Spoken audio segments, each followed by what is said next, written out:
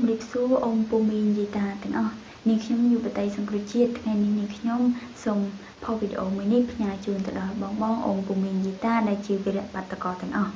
ចា៎នាងខ្ញុំសូមនិយាយតាក់ទិនទៅនឹងពាក្យសម្ដីរបស់លោកហ៊ុនសែនដែលគាត់បាននិយាយកាលពីថ្ងៃទី20ខែធ្នូឆ្នាំ2013នេះចា៎ក៏បាននិយាយថាគ្មាននរណាអាចរំលាយរដ្ឋសភាបាននោះទេទោះបីជាព្រះមហាក្សត្រនាយករដ្ឋមន្ត្រីឬក៏រដ្ឋសភាខ្លួនឯងក៏ដោយចាលោកហ៊ុនសែននិយាយត្រូវហើយណាទៅណាគ្មាននរណាអាចរំលាយរដ្ឋសភាបាននោះទេដូចនេះយើងនឹងត្រាប់ហើយថាព្រះមហាក្សត្រប្រទេសកម្ពុជាយើងព្រះអង្គទ្រង់គ្រងរាជប៉ុន្តែព្រះអង្គមិនកាន់អំណាចនោះទេដូច្នេះព្រះអង្គពុំមានអំណាចឯណាមករំលាយរដ្ឋសភាទេណាហើយនាយករដ្ឋមន្ត្រីរឿងអីទៅរំលាយរដ្ឋសភាបើគ្នាឯងណាហើយរដ្ឋសភារឿងអីទៅរំលាយខ្លួនឯងនាយករដ្ឋមន្ត្រីរដ្ឋសភានាយករដ្ឋមន្ត្រីបកប្រជាជន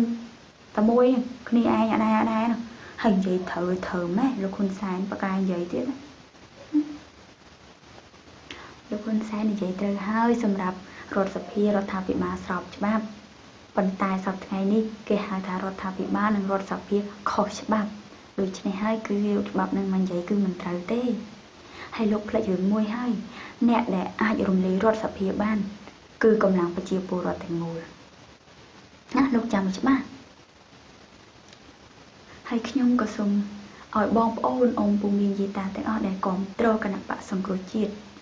សូមកុំបាក់ទឹកចិត្តឬក៏កុំខ្លាចនៅការសម្លុតរបស់លោកហ៊ុនសែនអីណាព្រោះដឹងហើយអាស្ទីលសម្លុតហ្នឹងគឺតាំងពីឆ្នាំ79មកម្លេះណាដូច្នេះឲ្យបងប្អូនត្រូវក្លាហានឡើងតស៊ូឡើងកុំខ្លាចពាក្យសម្ដីអបិយោហ្នឹងសោះ